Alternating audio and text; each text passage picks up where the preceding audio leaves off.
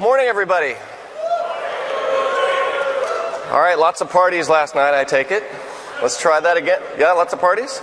Good parties? Cool. Well, good morning. Much better. Welcome to Malware Hunting with the Sysinternals tools. My name is Mark Rasinovich. And this morning, I'm going to take you on a tour with the Sysinternals tools for analyzing and cleaning malware off of systems. And this quote nicely summarizes the whole motivation for this presentation, which the sad fact is that a significant percentage of malware that people are running into today is not detected by antivirus. And that's because the antivirus companies need to find the malware and analyze it and then generate signatures and then push it out. So there's a lag between the time that the virus appears in the wild and the time that you get it cleaned. You can see this is from a Google report that just came out a few weeks ago, where they've got a technique that uses reputation-based heuristics to identify malware, and they sampled 10,000 pieces of malware they found just sitting out on the web and found that less than 40% of the binaries were detected at the time they found the binaries by major antivirus engines. So this is really the reason for why you might need to use the Sysinternals tools to go clean malware off a system or analyze it. How many people, by the way, have been infected by malware at one point or another? Wow. Okay, how about your family members? Have you cleaned malware for family members? Okay. How about, how many people are here today because you got malware right now? Anybody? Yeah. I'll clean that off for you if you let us see your browser history. Yeah.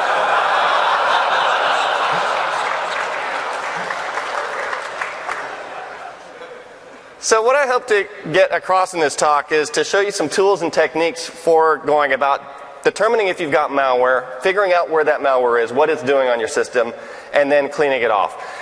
The tools that I'm going to show you are tools that are used by professional antivirus researchers as well, actually, but they use them in the context of a kind of first phase reconnaissance of an infection, where they'll use the tools to get an idea of how the malware operates and then use other tools like debuggers, disassemblers, tracers to go and dig deeper so that they can find the signatures. But just with the information I'm going to give you here, as you'll see with the demonstrations I have, you'll be able to clean or detect malware of the most common types. In fact, I've got samples of some of the most common types. Now, there's antivirus solutions out there on the market. Here's one. It's called Sysinternals Antivirus. I think I don't know how to feel about these kinds of things. Proud or dismayed or disturbed, but there's an antivirus engine called Sysinternals Antivirus, and don't use it because I didn't write it. And it's really not very good because it's actually malware. And what really pisses me off about this thing is they don't even link to Sysinternals.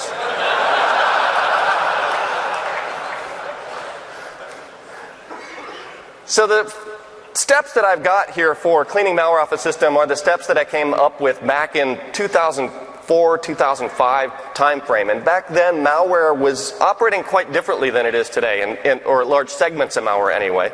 Back then, malware was just infesting systems with adware, spyware, crap popping up everywhere, downloading tons of more spyware. So you'd have these spyware downloaders, and they'd make the systems boot really slowly and take forever to log in, and have pop-ups everywhere. Very noisy types of malware. And the formula that I came up with was first disconnect from the network. And the reason that I came up with that is because of these downloading pieces of malware, I'd start cleaning and analyzing a system, and the downloaders would start pulling down more malware while I was in the process of cleaning, and so I couldn't keep up with what was going on. So disconnecting from the system would stop the malware from the system from getting reinfected or infected with more malware. But another reason why even today with the more stealthy kind of malware that doesn't do this kind of pulling down stuff actively is that if you detect malware on a system, you want to disconnect it from the network so that you can stop the exfiltration of data off the system. So you've already probably losing data, you might lose more of it. So disconnecting from the network is one of the steps in the process. Next, this is the reconnaissance phase. What is going on with the system? Obviously, you've detected some symptoms somehow. So you've seen rogue network traffic coming off this thing. You might have seen a pop-up, apps don't launch. is to identify which processes are potentially malicious. And then once you've identified them and have some confidence that you've identified them, then terminate them. So get them out of the way so that they're not active and interfering with the rest of the cleaning process. Then find the places how they auto-activate, delete those, and then go delete the files just as a final precaution. In this process, it's not necessarily going to be a complete process. You're not necessarily going to identify everything, all aspects of the malware. So this is why I go as far as saying delete the malware files even after you've deleted the activation points, because in the worst, in the best case, you're just cleaning crap off your computer. In the best case, you might be breaking malware that you haven't completely cleaned. So if you left the files there, it might still be operable, but you deleting whatever you see could, disable it. And then finally, you might have missed something. Malware might be coming back. So rinse, lather, repeat. So reboot the system. Look for the symptoms that you saw the first time, and if you don't see them, then you might be good to go. Now, I want to make a clarification point here, because a lot of people have this philosophy of, if you have malware on a system, wipe it. That's just security 101, they say. Wipe the system. Don't try to clean malware off it. I have more of the principle of let's be pragmatic about it. If you can have some confidence that you've identified the malware, then clean it off. Especially in the case where you might have your mom with tons of stuff on her system, and if you've got a good idea that you clean the malware off, better save the wiping of her system and everything that she's got on there rather than face the wrath of your mom. And I know that even big companies follow this approach. They'll have domain controllers, for example, infected with malware, and the cost of flattening those domain controllers, basically rebuilding the domain, is so high that they will rather have experts come in and say, yeah, we're confident, we understand it, and wipe it. How many people have worked at a company where you've had a domain controller with malware on it? Let's see. Anybody? Anybody? Nobody? All right. Oh, there's one person over there. And did you flatten your domain? No. What? I was just kidding. No, that's okay. All right, let's talk about identifying processes first. And again, this is a list that I came up with for characteristics that identify malware, again, back in 2005. Processes that have no icon in their image, that have no description or company name in their version information, so they're kind of anonymous.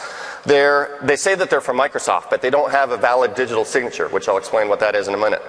They live in the Windows directory or the user profile, as opposed to the common place where most programs, at least pre-modern phase, got installed in the program files directory. Or they're packed, which means compressed or encrypted, and I'll talk more about that later. They include strange URLs in their strings, or they have TCP IP endpoints open to Russia or China. Or they have suspicious DLLs hosted within them, so they're a benign process that's a host carrying malware. This list of characteristics I thought was going to be obsolete in a few years after I came up with them, but it turns out the sad state of situation is that most malware still identifies itself by meeting at least one of these criteria, in fact many.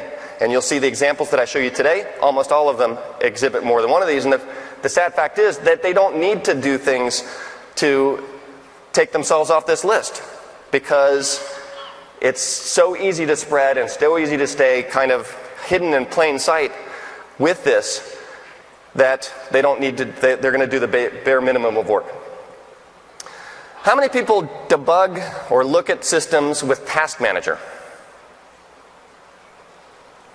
Wow, it's a bold admission in a Sysinternals talk, because first of all, you're kind of walking through a room blindfolded when you're using Task Manager, but second, I've got a better tool that I'm going to show you. It's called Process Explorer. Some people call it Super Task Manager.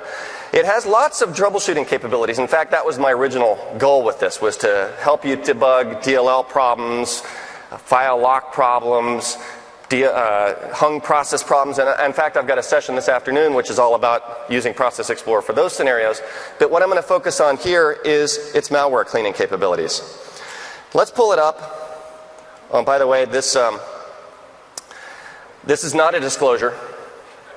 This is what blue would look like if you installed a third-party start menu.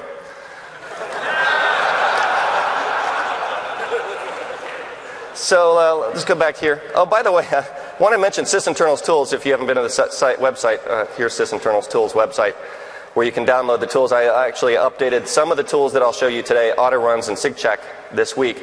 And there's a tool that I'm going to be using called Zoom It here. And the reason that I was playing Daft Punk, how many people like Daft Punk, by the way? Yeah? The reason I was playing Daft Punk is if you listen to the beginning of the song, buy it, use it, listen. break it, fix it, trash it, change it, melt, upgrade it, charge it, point it, zoom it, press it. Zoom it. There you go. Shout out from, you heard it. I sent him an email thanking him for that, but he hasn't responded. I think he must be busy.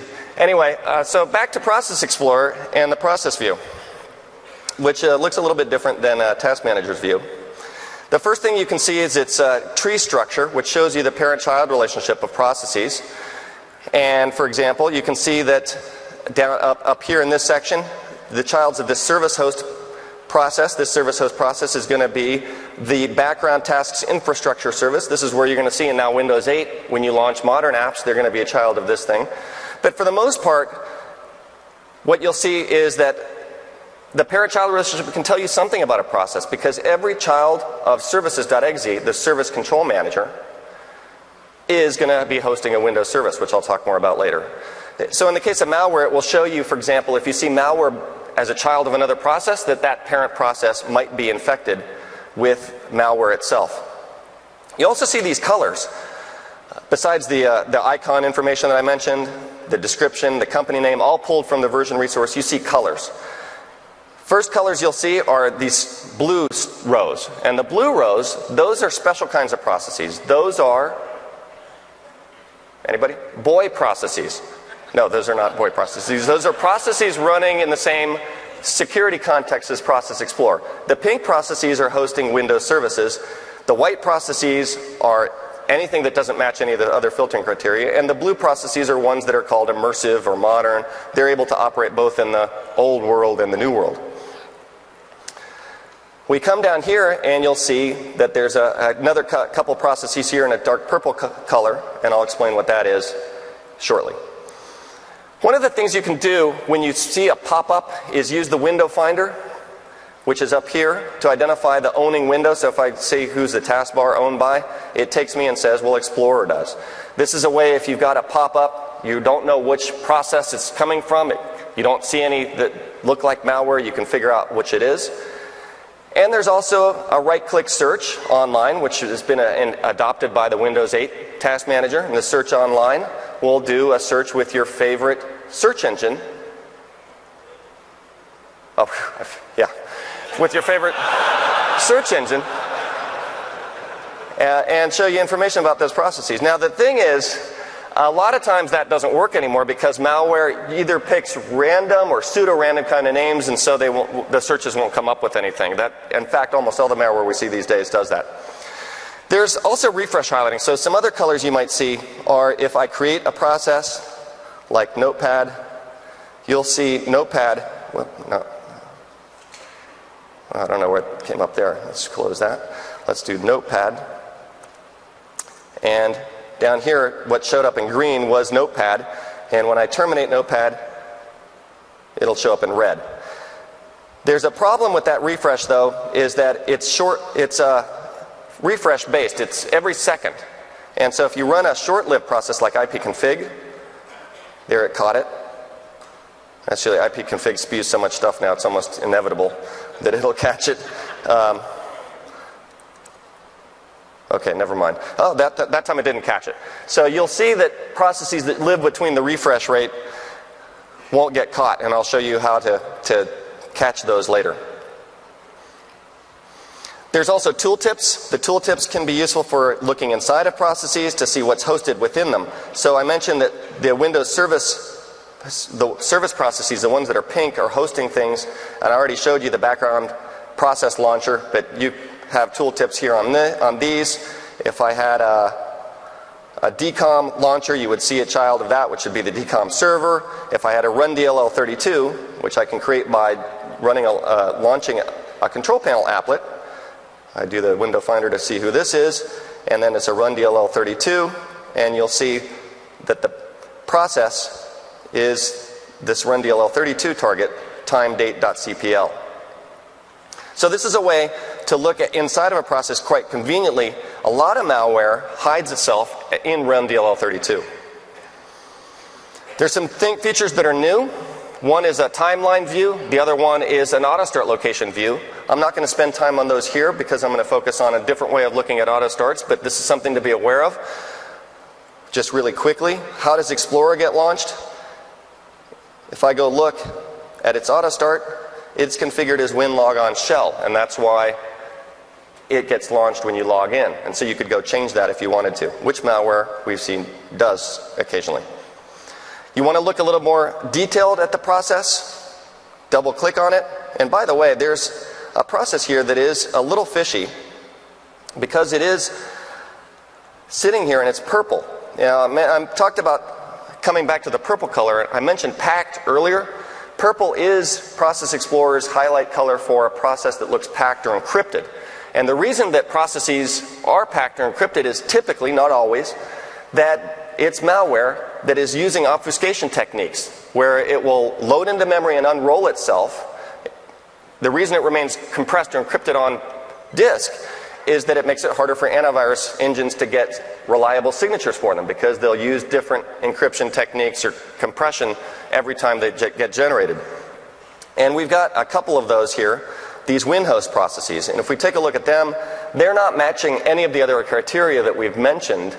Well, actually maybe a few. Let's see. The command line or in the path show that it's sitting in the Windows directory, but this has got a kind of a legitimate Windows sounding name, WinHost. It says it's from Microsoft. So the kind of clues here, suspicious clues, are that it is purple. So we're going to dig into that a little bit more closely by taking a look at its signing status, which you can do here. Let's talk about signing. Almost all Microsoft code is digitally signed, and most third-party code these days is digitally signed. So when you see something that's from Microsoft, you can go to the Process Explorer and say verify. And this will update the signing status up here, which in this case says no signature was present in the subject, meaning there is no valid digital signature on this, which is another big clue that this is probably malware that's masquerading as a Microsoft process. Like I mentioned, you can see the auto-start location here. This is configured in the run key. So that's a convenience there that will show you that this thing is configured to auto-start. But there's other ways to look at the digital signatures too. And when I clean malware off the system, what I'll do is say select all verified signers here, add that as a column, and then go to Options, Verify Image Signatures, and what Process Explorer will do is check the digital signatures on all the processes. So this is, then I sort, and I see down here that I do have some processes, Zoomit, for example, the test versions of Sysinternals tools, as well as these WinHosts, that are not digitally signed. So those are the ones that I would potentially go and take a closer look at. Note, some people say, hey, when I'm running Process Explorer like this or auto runs, I see connections to the internet. What's going on? This is checking for the revocation of digital signatures, which is done automatically by the signing engine.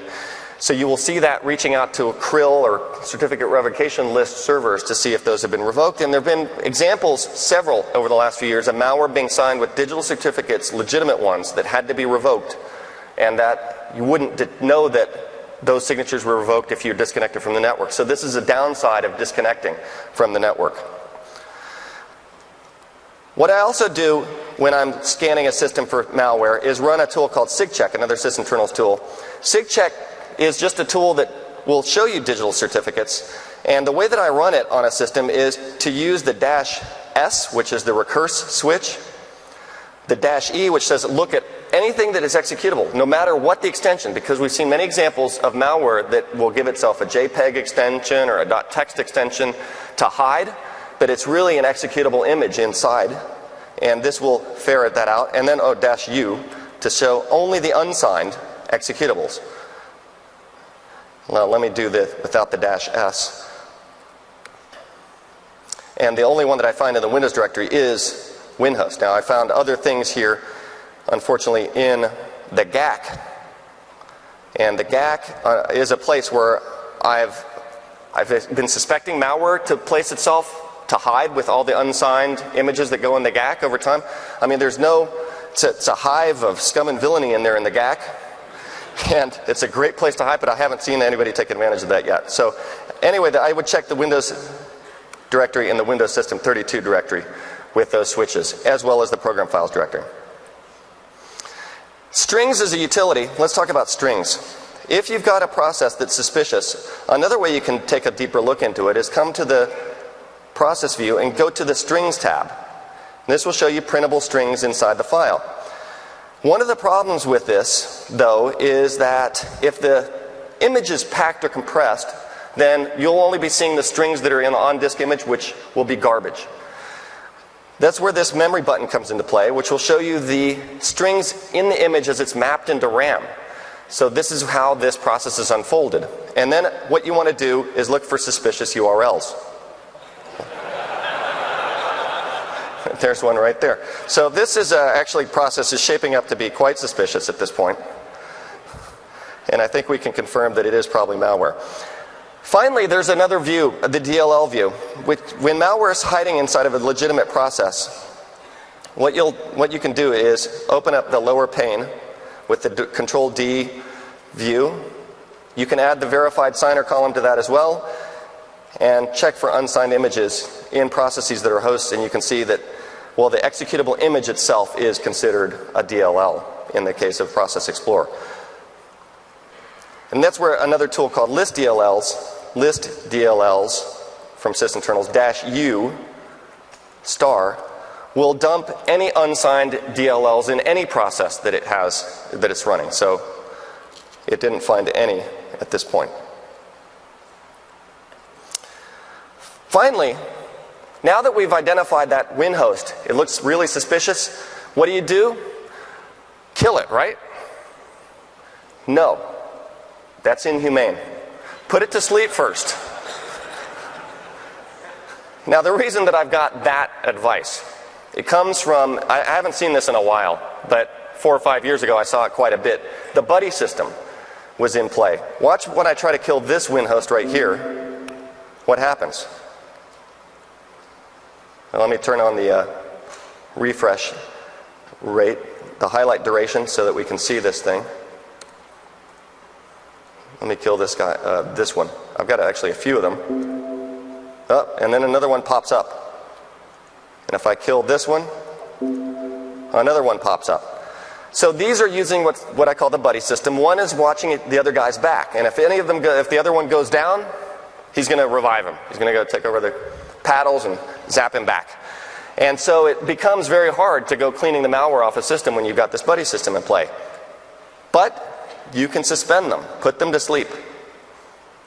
So I'm going to suspend all these guys. And there's 4 of them. And at this point, actually sort by this. Now, I simply, I love the sound of that new bell. Actually, I'm going to turn it off. Love is in a sarcastic kind of love. So, now we've cleaned up the active processes. We're ready to move on to phase 2, cleaning the auto start locations for this piece of malware so that it doesn't come back. How many people use msconfig to go cleaning off auto starts? Let's see you raising hands. So I'm surprised that you'll raise your hands after I made fun of you the first time. msconfig, now I have to say though, there's been a tremendous amount of work done on msconfig in Windows 8. Have you used it? Anybody used the msconfig? Let's go take a look. So we've got the general tab, that looks the same. Here, let's go to startup and check out wow. So tremendous amount of innovation and reimagining here in msconfig. What I'm going to do is use a different tool called autoruns. And this is another Sysinternals tool. Let's run autoruns.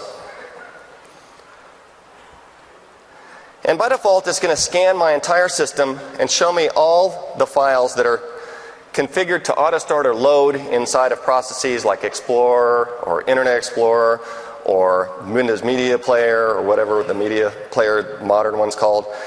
And what I want to do, and this is going to take a while because it's actually reaching out to group policy settings, scripts that are on Microsoft's CorpNet, and I'm not connected to the CorpNet right now, so you can see here's one, this bdeploy script here. What I'll do to kind of get rid of the noise, let me press escape and see if I can get control of this thing, is, if the network behaves with me.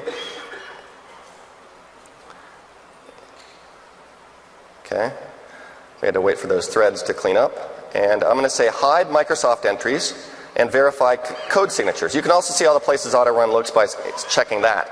But with this, I'm going to filter out anything that is Microsoft that is digitally signed.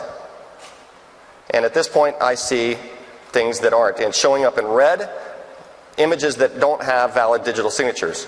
And any images that are not Microsoft showing up just as white. And the things you're going to want to look for are, of course, the red things. Anything that's yellow means that autoruns can't find the image. So these generally aren't bad. In fact, there's some just locations built into Windows where there's kind of orphaned pointers off to things that aren't there. So no need to be too concerned about those. For those that are showing up, though, and by the way, there's different ways to look at this, like here's the logon location. Here's one, the Windows host run that we saw, and what you can do at this point is take a look at when it was made. So I made this a while ago. You can see the version information. You can jump to the location in the registry where that's configured. You can jump to the file system location. You can search online for it, or you can look at the properties for it. Now what I'll do at this point is uncheck it, and that basically disables it. There's a few more things that I want to point out with autoruns it's able to do. It's able to scan offline systems, so you can load registry hives of a system, so you boot off of Windows to Go, for example, or connect an external drive, and then point autoruns at the root Windows directory, and you can scan it for auto starts and do your cleaning from there. You can also scan other profiles on the same system. So if you've got a situation where it's a standard user account that's been infected, you've got another admin account that hasn't been, you can do the scanning of that standard user account from the admin account to clean the malware off the system. And there's a couple new features I'll mention here briefly. One is that I added a timestamp column in about a month ago. So now we'll show you the last modified time for the entries, which can be useful in the scenario where you believe that you got infected just in the last few days. Now you can go look at timestamps and see if those correlate with the activity that you correlating with the malware. Also, there's an autoruns C tool that I'll mention. This is if you're running in a corporate environment. Autorun C, you can have it scan the same way that Autoruns does with the same filters, and you can even have it print out in CSV format so that you can scan your corporate networks regularly, pull them up into Excel, dump them into SQL or whatever, and be looking across your network to see if you've got suspicious auto starts showing up on your domain controllers. I mentioned don't delete the auto starts. This is just troubleshooting 101. Try not to do things you can't undo, because you never know if you're going to make a mistake and go, oh crap, I shouldn't have done that. If you just uncheck versus delete, then you're able to go and undo it. Sometimes things come back, so that's where we're going to use Process Monitor to trace activity. How many people have used Process Monitor? So quite a few of you. Process Monitor makes network tracing or system tracing relatively easy. In fact, I've got a slogan. It's called When in Doubt, Run Process Monitor. It's actually Dave Solomon came up with that. Let's say it together. When in doubt, run Process Monitor. Okay, you're not very good at it yet, but we'll work on that. And let's just take a quick look at what we see. Timestamps, process name with a tooltip that shows us version information, operation, path, the result of the operation, and special information over here in the detail columns about the operation. We're going to spend some time looking at real malware, so I'm not going to take a close look at that, but just highlight a few of the features. By the way, when my daughter comes home from school with homework questions, I have her run Process Monitor first. There's process properties. If I double click on this, it looks a lot like Process Explorer, not by accident. So we see the path, the command line, parent process ID, start time, integrity, here's the start time, and the list of DLLs that are loaded into it. Filtering is a key kind of technique that you should master as you use Process Monitor to get rid of all the noise and focus on the things you want to focus on. And there's lots of different ways to do filtering. Like I can just right-click on a particular entry, row, column, and say filter by that. Include it, exclude it, highlight it, copy it to that row to the clipboard. Exclude items before this, exclude items after this. So if I say this, and then I can click on the filtering icon and do more complex filtering up here, like company contains, and then say anything from Lenovo, for example. I could do filters for that. So lots of different ways to filter.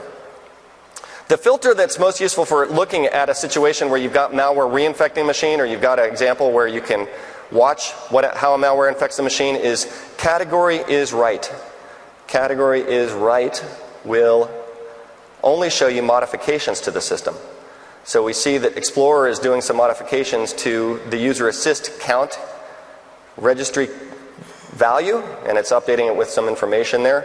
So you can see there's typically not a lot of modification activity going on in the system, but if you've got a malware infection, you're going to see that being impacted, as we'll see shortly. The last thing I want to talk about for Process Monitor before we move on is the process tree. It looks a lot like Process Explorer's process tree, except with a nice, cool difference, and that is that it sees everything. So if I do a short-lived process like ipconfig, which might not have been captured in Process Monitor, or Process Explorer, I can go down and see it right there. In other words, they can run, but they can't hide from Process Monitor. Alright, so enough preamble. So I've kind of introduced you to the tools with some pseudo malware that I've created that I'm quite proud of to get the feature feel for the capabilities of Process Monitor, auto runs, and Process Explorer. Let's take a look at some real cases now. I've got a bunch of real cases. The first one is a piece of live scareware called WinWebSec, and I picked this one because if you look at this from the latest Microsoft Security Incident Security Intelligence Report, you'll see that when it comes to scareware, WinWebSec is still currently the second most prevalent piece of scareware, and it's been the most prevalent up there floating around for several years now as really impacting people. If you go to this link down here, which I've got opened up in the browser, where did the browser go? Whoops, I didn't mean to do that. Then you'll see that WinWebSec comes with a whole bunch of different aliases. So it's one of those scareware engines that's skinned, and that's the way Sysinternals antivirus is also skinned off an engine like this. Let me pull up, let's get WinWebSec ready to go.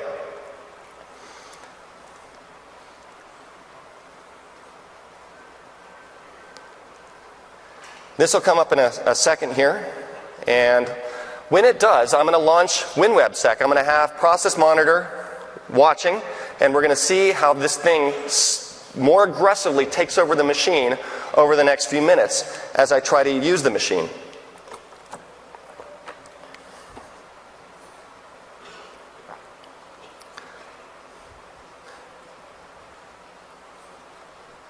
Okay.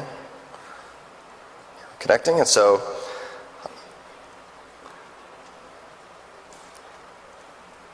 what I'll do is launch it right now,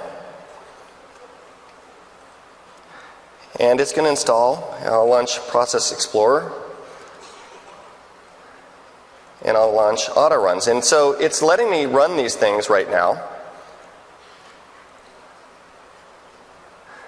as it starts to scan my system, and it's going to, believe it or not, on this clean Windows 7 install, find a lot of malware. Believe it or not.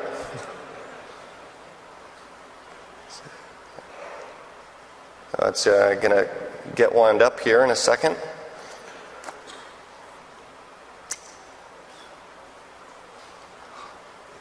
Okay. I promise. There it goes. Let's take a look at what it's finding while it's finding it. And I'm not sure why we're having these hiccups here, because normally it just blasts on through. Whoa.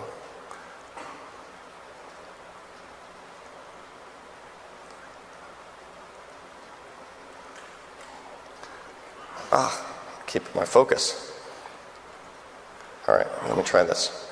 I'm trying to zoom in for you. Here we go. Let's see what it's found. KBD, it's found Trojans. It's found Zotob. That's one that you might have heard of. Netsky, another one. It's found NSLookup. Oh, that's a really bad one.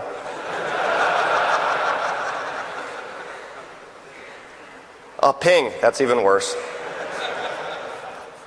So you'll see that it's just making crap up here at this point. And I think, these guys have a sense of humor when they write these things.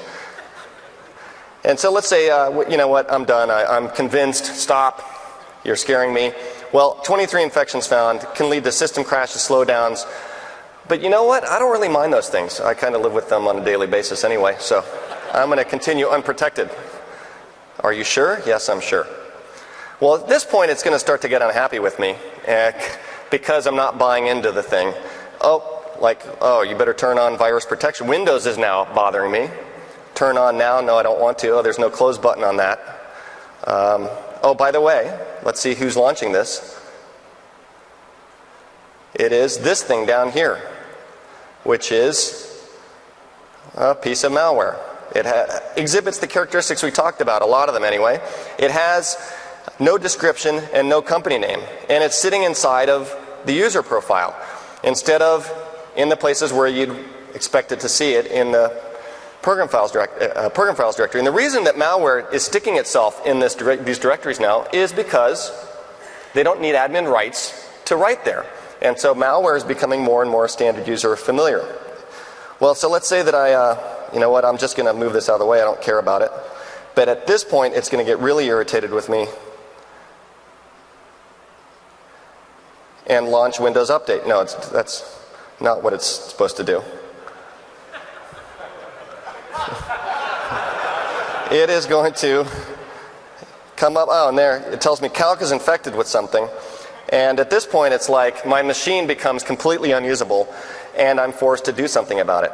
Unfortunately, in this case, we're not able to run auto runs, even. So let's go take a look at how we'd clean a system like this. And the technique we're going to use is to boot into safe mode. How do you boot into safe mode? On Windows 7 machines, prior, it's as simple as rebooting the machine, pressing F8, and saying safe mode. On Windows 8, it's this big dance of going through PC settings and general and startup repair, and then picking, I really want to repair. No, I really want to do an advanced thing. Out of those advanced things, I want to do safe mode. So there's another way to do that, and that's just create a Windows 7 USB key and then boot that off the system, or Windows to go. So, and do it offline. Booting Windows 8 into safe mode is a IQ test on its own, so I generally try to avoid it. But now we've booted into... Oh, that's not safe mode. What happened here? Reboot. Oh, what I've done here is, before the system comes up, what is happening is that this thing actually doesn't write itself to the auto run key. So if we'd run auto runs, we're not going to be able to even see it write to any key. But when we reboot the machine, it's going to come right back. And the reason it comes back is that it is actually putting itself, continue unprotected, yes. It's putting itself in the run once key. And it's putting itself in the run once key here, as you can see, run once, on its shutdown. And the way that I captured this is I did a Windows process monitor, great, new database update, did a process monitor boot log. So if I enable a boot logging, what process monitor is going to do is install its driver, capture this shutdown, capture the startup, and then what I'll be able to do is save the trace, load it up, and see exactly what the malware did during the system startup and during the system shutdown. And that's how I captured this fact that it is writing itself to the registry during shutdown. So it's a case where auto runs wouldn't have shown us anything, but Process Monitor will tell us how this thing is getting activated with the run once key. It turns out that that is enough for me to know how to clean this thing off. Let's say that I didn't know where this thing was and can't delete the file for some reason. The malware is as easy to clean off the machine as rebooting the machine before it's shut down, because it doesn't get a chance to do its clean shutdown and write itself. Example of how malware is being even more stealthy by not persisting itself while it's operating, so that when you go and analyze the system, it's not going to show up. So killing this thing is as easy as rebooting into safe mode and terminating it from there. And let's take a look at somebody else's real example of rebooting into safe mode and cleaning malware off a system. This is a case of a friend asking a friend. How many people have been asked by somebody like, hey, come over, let's have a barbecue and a beer. Oh, by the way, you want to check out the kitchen PC? Oh, I want to show you some cool pictures. Oh, I can't because of malware. Maybe you could help me clean it off. Now, this is an example of that, where the friend has the friend look at it, and it's obviously infected with a piece of scareware very similar to what we just saw. The user tried running Process Explorer and Process Monitor, but it was blocked just like what we saw, that malware blocking processes. They tried going to Sysinternals.com to see if there was something they could run, and even Sysinternals.com was blocked. Now, when you can't reach Sysinternals.com, I say you give up on the PC altogether right there. It's just not worth using anymore. No, actually, you can. What they did is boot into safe mode. And when they booted into safe mode, they ran msconfig, saw nothing unusual. So this is actually a view of safe mode and how safe mode doesn't show you a lot of locations that autoruns does. They loaded up autoruns, and I've got that file here.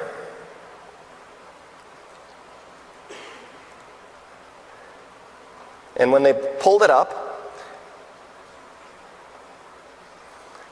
it stuck out like a sore thumb. There it is, randomly named, sitting in the run once key, just like we saw WinWebSec create, sitting in program data, the root of program data. So this one did have admin rights, but cleaning this thing off then was as easy as unchecking it, and they rebooted, and the malware was off the system. There's more aggressive forms of scareware now. Ones that actually make it look like the law enforcement is after you. So let me pull one of these up. And I've got some examples of screenshots of this new kind of scareware. Whoop. There we go. By the way, this one right here, it's so bold that it even asks you to elevate it to admin rights. Yeah. And I think that my mom would probably click yes. This one says we have detected spam, and this is the one that gets people. Because at this point, they're like, really? You know what? I don't even want to take the chance that I might have it on my system, because if I go to law enforcement or take it to Geek Squad or whatever, and they find that stuff on there, then who the hell knows what kind of legal crap I'm going to be dragged through. So let me go ahead and pay this thing off to get this thing off my system. Here's another one going around Germany. Here's another one. Here's one that makes you buy something first.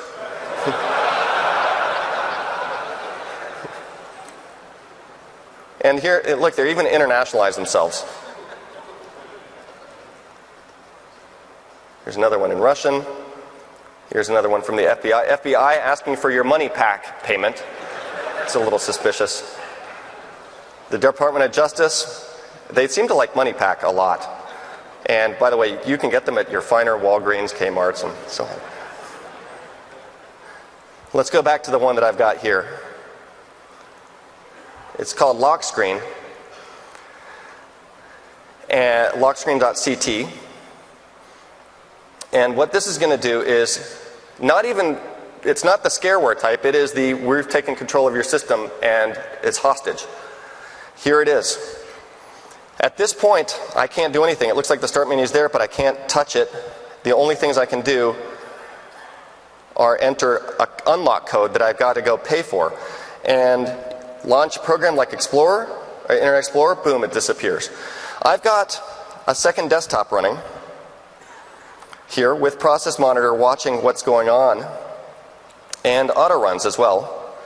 And I can't interact with them because this thing has created a little window for the mouse that is exactly where that little entry dialog is. So I can't click anywhere. You can see I can click here.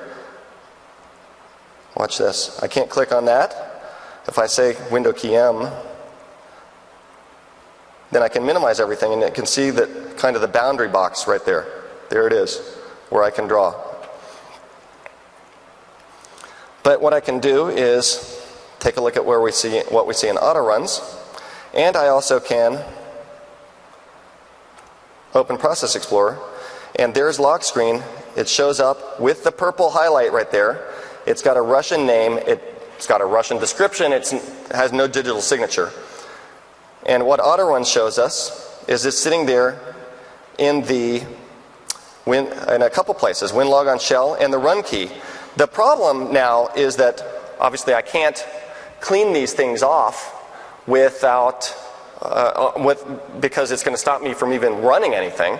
So the only way that I can launch this or clean it is to boot into safe mode. There's a few different types of safe mode. There's vanilla safe mode with networking, and safe mode with command prompt. Don't use safe mode, the vanilla one. Don't use safe mode with networking. The reason why is that this malware puts itself in places that those two safe modes will execute anyway, because those use the shell. So for example, this WinLog on shell right here gets executed. Safe mode with command prompt will skip the shell-oriented, the shell auto starts. So that was the one that you'll be able to clean the system off of. And I've got lock screen right here, booted into safe mode with command prompt.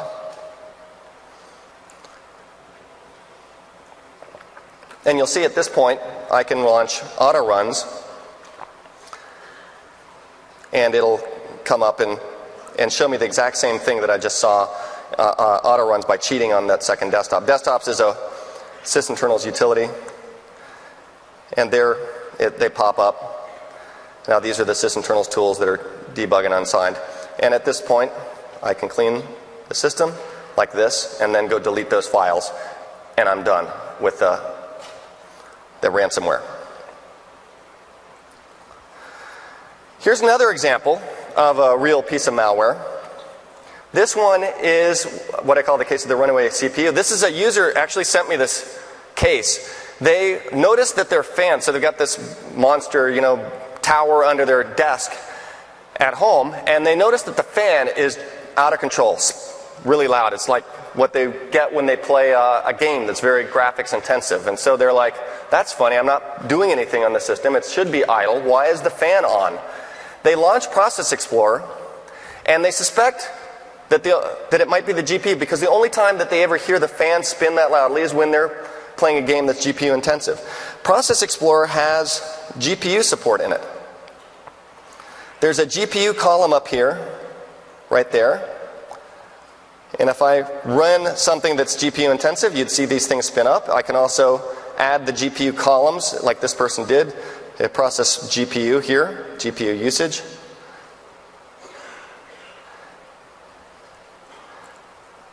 And I see a little bit of GPU activity from DWM down here. Where'd it go? DWM. And if I do things like move this around a lot, that's going to generate some more usage. Oh, where'd it go? It's running away from me. A little bit of usage anyway.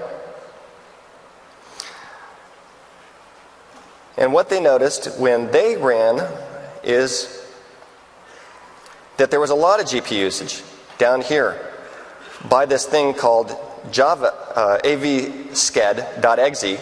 100% of the GPU, no description, no company name.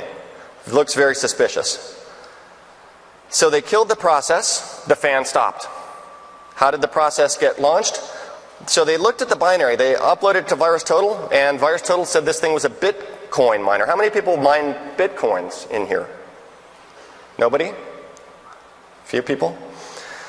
Bitcoin is this currency system that is kind of open right now. Everybody can go generate their own coins by performing these complex hash algorithms on your hardware, your CPUs or your GPUs.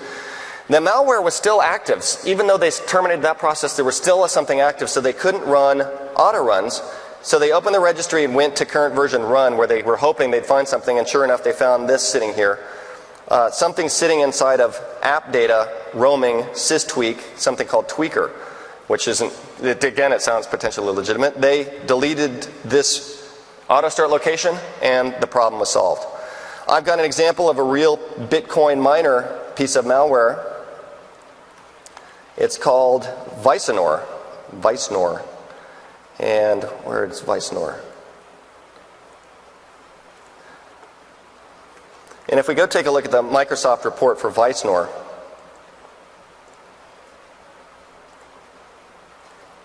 it says it's a family of Trojans that use your computer without your consent to generate a specific digital currency known as Bitcoins. What malware authors are doing now, instead of taking you ransom and making you pay something, they're using your computer to generate money for themselves. Because anybody can go generate these Bitcoins, and all you have to do is configure what Bitcoin account the GPU usage should be counted towards.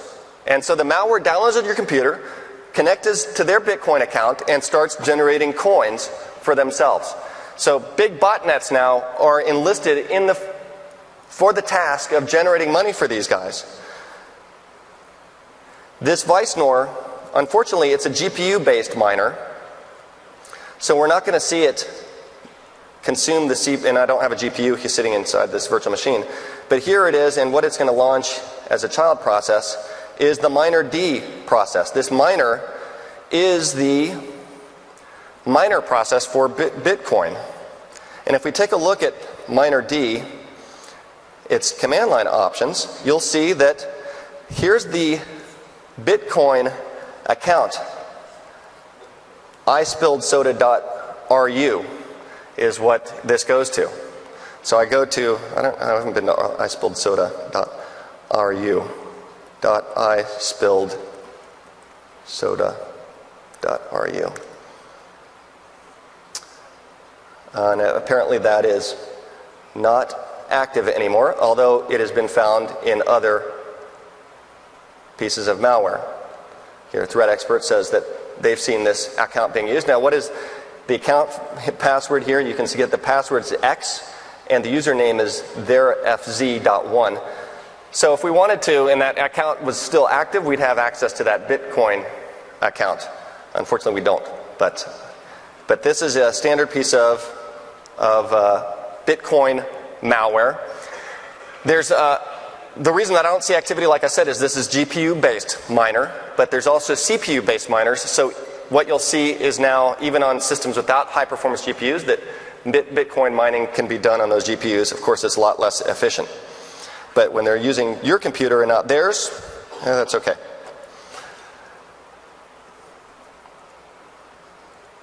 I'm going to get this thing ready to go while I come back and talk about another case. And this one is the case of the unexpected FTP connection. So this case actually came into Microsoft support. This was a corporate customer. Customer detected through some of their network monitoring that a particular server, which was an Exchange server, was making outbound FTP connections. Now that's not suspicious, is it? Forefront, to make matters worse, after they detected these outbound FTP connections, they went and looked at their antivirus logs and saw that Forefront Endpoint Protection had cleaned some malware off the machine. But the thing was still making outbound FTP connections. So they had a problem on their hands. What support had them do was capture a process monitor trace. And then send it into support. Let's take a look at that trace and how support figured out what was going on. The first thing they did was said, okay, so we've got potential outbound FTP. Let's take a look at the process tree and see if there's any processes that might be generating outbound FTP. Anything that looks like it could potentially do FTP activity. Anything? Do you see anything that looks like it could be FTP? Yeah, there's an FTP right there. Now they look at the command line for FTP, which I can do right here. And they'll see that FTP, what it's doing, this -I or this -S, says go execute this script. And the script that this thing is executing is called J. What is J, they wanted to know. And where is J? Where can I look at it to see if this thing is really, something malicious? Maybe this will give us a clue. So what they did was set an include filter for this, and then search this trace for J. And you can see this creating J in a particular directory called I98292. You can see it reading J right here. It's a 58-byte file. So they had the customer go look to see if J was there, and J's not there. So no evidence left behind of what the script is doing. Whether it might be part of some piece of software, legitimate software they got on the machine, who knows. So they went back to look at what launched the FTP process. Let's go take a look at its parent process.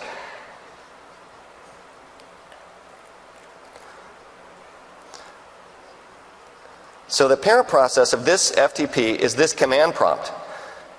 And we take a look at this command prompt's command line, and you can see that it's launching another command prompt, which is then creating a directory, a different name, because we picked a different one, I9925, changing directory into that, deleting anything that's in there, then starting to echo stuff out to J. Let's see what it echoes out to J.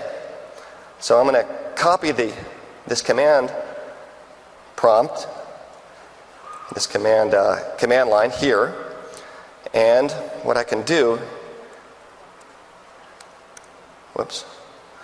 is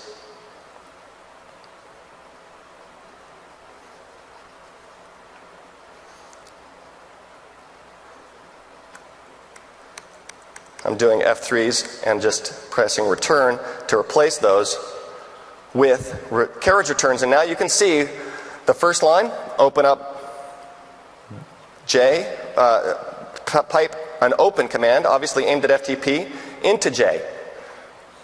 That's the URL that it's going to connect to. Creates a new connection, sets the binary mode, does a get of all the executables off the FTP server, deletes J, and then for every file that it downloaded, goes and runs, sticks them in a batch, pipes it to a output to a bat file and launches them all. And then deletes the outputs of the batch files after it launches the batch files. So this is obviously just aimed at just downloading whatever the botnet herder wants to put on their FTP server so that this machine now pulls down the malware and executes it. What is this thing? If we do a lookup for this, there's a Sysinternals tool called Whois that will conveniently do lookups for you. And this thing is in, it's my house. No, it's not. It's not my house. I do happen to live in Bellevue. But the reason that we're seeing Bellevue is that there's a company there called Whois Privacy Protection that is protecting the true owner of that domain name. So we've got a dead end there. So what the support person did is go back to the trace and say, all right, what is this thing connecting out to?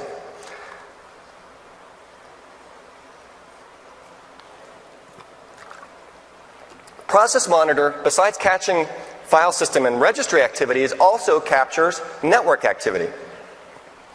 So if I disable file system and registry, or filter file system and registry output out of the trace, what we're going to be left with is all of the network traffic that this Exchange server is performing.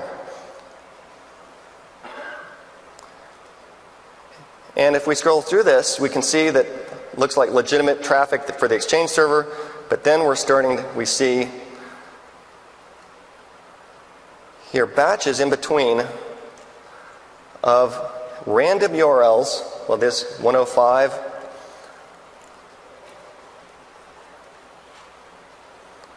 Let's see. Let's filter out anything with exchange in it. Well,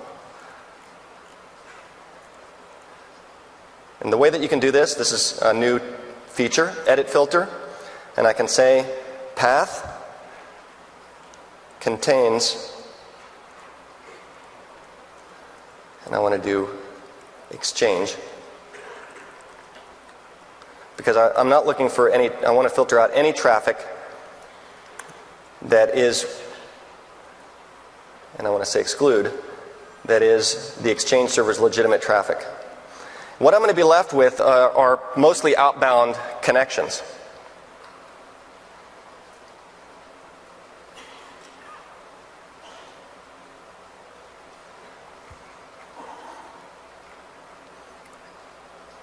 And in here, I'm having bad luck. Here we go. 190. Well, the 192's internal 209. There we go.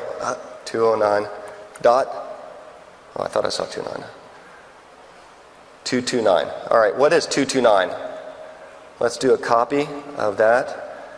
I'll paste it into Notepad. And actually, I pick a new IP address because there's lots of them to pick from.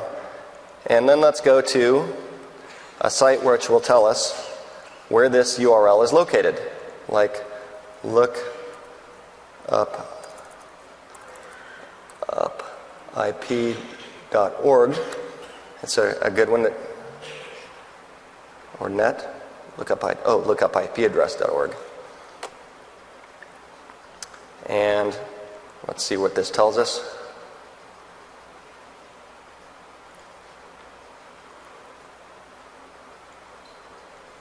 Actually, what is the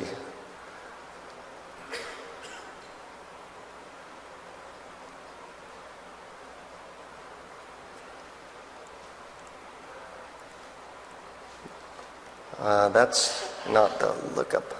Sorry. .net. Sorry. Oh, that's not the good one either. There's a whole bunch of these, unfortunately. And by the way, a lot of these are serving malware too, which is something to be aware of.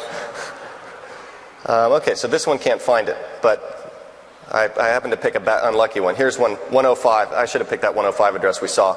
That 105 address maps to this place in Morocco. The company has obviously no sites in Morocco, and so this is something that scared them. And the other IP addresses I just got unlucky point to Tunisia and China as well. So this thing was actually infected probably by multiple botnets, all using the same entry vector and putting the same kinds of malware on the machine to get access to the outside. And that's all visible in the trace here. So they ran, at this point, they said, well, wait a minute, what is the parent process for those transfers? Let me go find one of them. Here's this 105. Which process on the system is talking to Morocco? It's not even that FTP process, it's the SQL server itself, which the SQL server is not even supposed to be on the internet, much less, not even supposed to be on this box with this Exchange server, much less talking to Morocco. So at this point, what the support guy did was take a look at the SQL profile, the security, with using a standard script that said, hey, can I log into the SQL server using anonymous? And sure enough, SQL admin password was blank, and it was set up so you could do XP command shell and launch something from it. They went back to the customer and told them this. What the customer believed had happened is that at some point in the past, an administrator, for some reason, was doing something on that Exchange server, installed SQL Server, didn't realize that it was going to be on the open internet, had a blank password, had it with XP command shell, did whatever they were doing, forgot about it, left it there, and botnet trolls scanning the internet found the SQL Server sitting there on the wide open and infected it. And we're launching these FTP scripts to go pull down and infect the system even further. At this point, Microsoft support said, hey, you should wipe this thing and move on, and that's what the customer did. So a good lesson there, make sure that you understand what you got running on your servers and looking for suspicious traffic. I want to conclude with a look at a very sophisticated piece of cyber warfare. or cyber espionage, depending on how you look at it. Kind of a similar vein to what we just saw of corporate systems getting infected. This piece of malware, how many people have heard of Flame, by the way? So quite a few of you. Flame is associated with one of the most notorious viruses, or the most notorious virus in history, called Stuxnet. So to understand Flame, and I've got Flame ready to go, I'm going to give you a little bit of background on Stuxnet. Here, let me find Flame. Here we go. What I'm going to do is launch Flame while we're waiting, because Flame takes a few minutes to infect the system. And I've got to do it using this load library, because here's the main payload of Flame. It's this OCX file. And the way that I'll know that Flame, and I've got Process Monitor sitting here ready, watching with a category is right filter. The way that I'll know that Flame has fully infected is that there's a file that will show up in here called ccalc. So it'll show up right in between these two files, and it'll be there in a few minutes. So we're going to come back to that after I explain what Flame is. Stuxnet was discovered in 2010 when a company's computer, a company based in Iran's computer, was crashing during the reboot. And they thought they might have malware on the system, so they contacted their antivirus company called Virus Blokta, a company based in Belarus, and they said, we think we might have malware. This antivirus company takes a look at the machine, and lo and behold, they discover something that looks very sophisticated. Device drivers that are digitally signed with valid digital certificates that are acting as rootkits. They expose the story, they talk about it, and a few days later, Kaspersky, Microsoft, Symantec all discover more variants of it now that they've got something to look for. And the story breaks wide open in July of 2010 that a very sophisticated piece of cyber weaponry is infecting a bunch of machines on the orders of tens of thousands, almost entirely based in Iran. And that this piece of malware, as they research the behavior of it, is an amazing piece of malware. It's got, the way that it propagates is using 5 zero-day vulnerabilities in Windows. 2 of them to gain admin rights on systems where it doesn't have admin rights, making it clear that this thing was designed for lockdown systems, like you might have, say, in a nuclear weapons facility. It has 2 vulnerabilities that let it spread remotely on the network.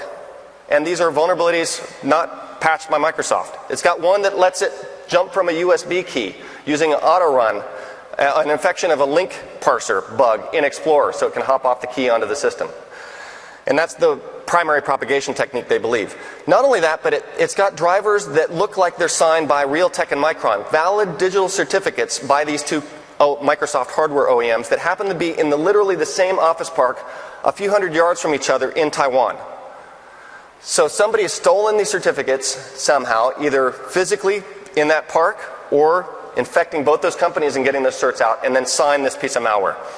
So it wasn't showing up as something malicious because it had these trappings of a legitimate piece of software. They then discovered that they had a secondary payload, which was another rootkit. Not for Windows, but for the Siemens SEP7 PLC, Programmable Logic Controller, which happened to be the same exact type of logic controller used to control centrifuges used by Iran's nuclear enrichment program and Natanz.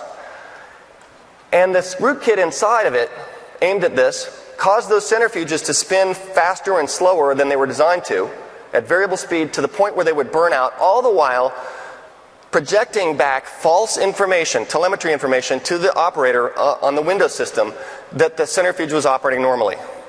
So what was happening is these centrifuges are burning out, Iran doesn't know what's going on, they start to fire or behead their nuclear scientists, and then it's still happening, so then they're really fed up, and then this story breaks out in the press, and Iran's like, oh, okay, we know what's going on. There's Mahmoud touring the nuclear weapons facility going, wow, Stuxnet, so it's got us. And then about 9 months later, Flame was discovered, also floating around the Middle East. Some people, even like Eugene Kaspersky, called it the most complex piece of malware ever discovered. This thing is also the biggest, 20 megabytes in size. with multiple engines in it. Ones that know how to monitor Bluetooth networks, ones that know how to turn on the webcam and record things, ones that know how to turn on the mic and record things, all very modular. Not only that, but written in the Lua scripting language. Nobody's ever seen malware written in a scripting language before. And it's got even more. So they put two and two together. There's some hints of the same code that was in Stuxnet in Flame, and people believe it's part of the same program. US and Israel collaborating in a program the New York Times said was started before Obama took office by Bush to sabotage the Iranian nuclear program, enrichment program. And Iran admits that they destroyed 2,000 to 3,000 centrifuges, that Flame was probably part of an espionage, intelligence gathering as part of the Stuxnet program to figure out what was going on inside of these networks so that they could then develop Stuxnet. So by recording what the scientists were doing, by watching them, they could gather intel to help with targeting their cyber weapon called Stuxnet. And what I've just launched is Flame inside of this VM. And there's cccalc.sys, 32.sys. Let's go back to process monitor. And at this point, and by the way, there's a couple things that are noteworthy about Flame. One is it's afraid of Process Explorer. If I had Process Explorer running, and which is why I didn't have it running, Flame would go away and hide and not activate. So, and it's actually rumored that it's the CIA that created Flame, so yeah, CIA, there you go. The other interesting thing is, it took me a while to figure out how to activate this thing once I had the sample, until I figured out, maybe I need to make it feel like it's at home. And seriously, that is required to make Flame activate.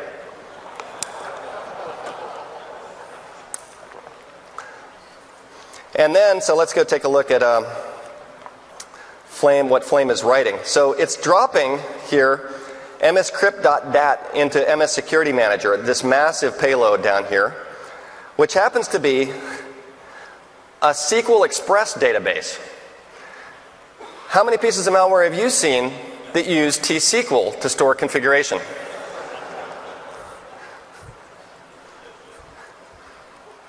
And we'll also see it drop the messenger.ocx file and cccalc.sys, a few different parts of its payload. It also has an auto activation point that doesn't show up in msconfig. But you can find it in the process monitor trace. You can also see it in auto runs, but I'm going to just find it. Because what it does is places itself in a very sneaky part of the system. By the way, it was also afraid to zoom it, which is why I don't have zoom it running in there. Red set value, HKey local machine, system current control, set control, LSA authentication packages. And here it is pointing at MS, there's the payload that we saw that I launched, the OCX file. And this is how it launches every time the system boots. A place that almost no other auto start location scanning tools will even bother to look at. But AutoRuns does look at that location. So that is using the Sysinternals tools to look at malware. And I want to spend just a couple minutes here wrapping up with a view of my state of malware these days. Because what I see are two kind of extremes of malware. There's the junk crap that we were looking at earlier in the presentation that is, hey, it's just hanging out there wide open. No strings, no company name, no description, no icon. Packed. Show up like with flashing red lights in Process Explorer because they can. On the other end of the spectrum, we've got this kind of stuff like Flame, which is getting more and more sophisticated. And it's just going to get harder and harder because what we have is a trickle-down cyber weapons thing going on where something like Stuxnet comes out, the malware guys see techniques being developed by China and the US, big funded kind of organizations, and they'll adopt the same techniques themselves to stay on a system and hidden. So it's going to get harder. The goal, too, is to prevent, which has always been the malware from getting on your system, but also to detect it. There's a new philosophy now we've got in the world of cybersecurity, which is assumed breach. You will get breached. Every one of you will get breached. FBI Director Robert Mueller said at the RSA conference 2 years ago, there's two types of companies: those that have been hacked and those that don't know they've been hacked. So, and by the way, now that the official time is over, some of you might know that I've written a couple of cyber thrillers, cybersecurity thrillers. I thought I'd share. One is called Zero Day. Has anybody read Zero Day? That's good to see. And then I've got a sequel to it that I came out with a few months ago. It actually talks about Stuxnet because Stuxnet happened right as I was in the middle of writing this plot. And I just want to show you really quickly a trailer that I made. And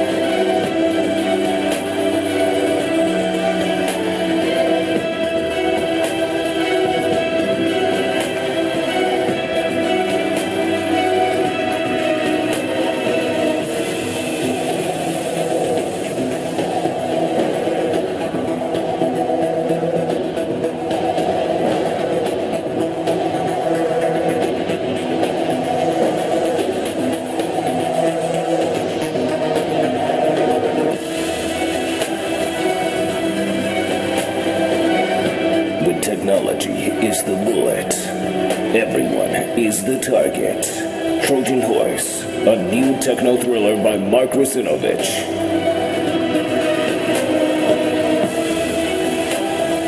Took me forever to make my voice sound like that, by the way. But